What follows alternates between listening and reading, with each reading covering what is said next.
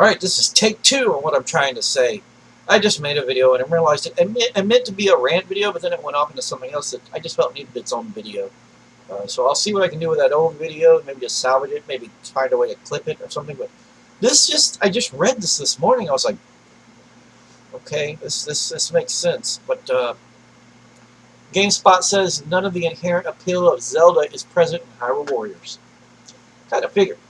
U.S. gaming publication GameSpot recently went heads-on with upcoming Hyrule Warriors for Wii U. However, according to the writer Tom McShea, the fusion between Dynasty Warriors and The Legend of Zelda doesn't quite come together.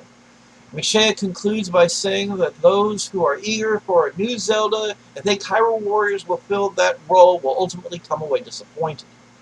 As someone who adores, this is a quote, as someone who adores The Legend of Zelda, there just isn't much here for me to latch onto. Yes, I'm as weak as anyone to the aesthetic charms of the franchise, but that's the only part of Zelda that has made the transition. The rest is pure Dynasty Warriors. I thought the game was fun enough, and was impressed by how I could kill so many enemies with so little effort, but I need more than window dressing to make me care about a game. For those who are in my position, eager for a new Zelda and hopeful Hyrule Warriors will fill that role, keep your expectations very low. None of the inherent appeal of Zelda is present here, so you need to care an awful lot about the characters and music to remain interested. If you already enjoy the Warrior series, Hyrule Warriors won't spoil what draws you to it. At least from what I've seen.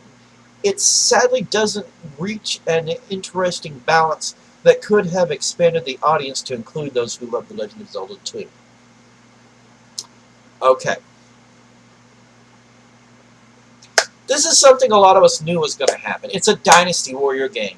It's a Dynasty Warrior game dressed up like Zelda. They didn't even take the... I was hoping they'd have the brains enough to add in some things. Add in maybe some exploration.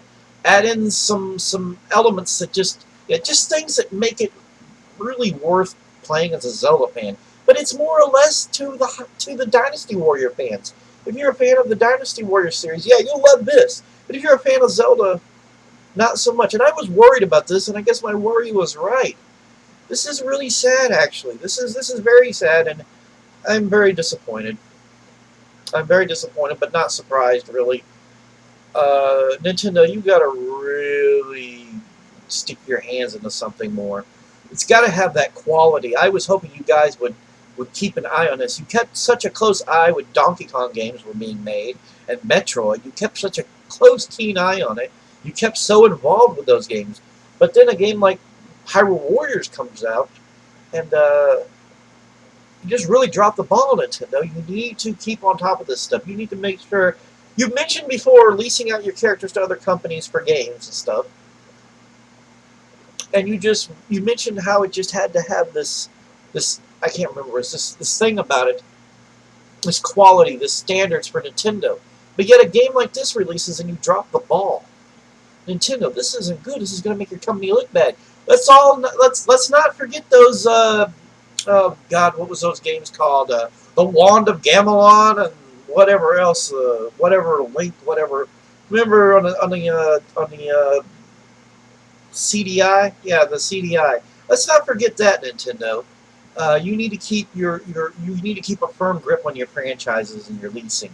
You need to have... Miyamoto should have been sitting right there over the development of this game going, you should add something like this. You should do something like this. That's what should have happened. This is very disappointing. I'm probably still going to get it. I kind of enjoy the Dynasty Warrior games. They're not horrible games. But I'm a little...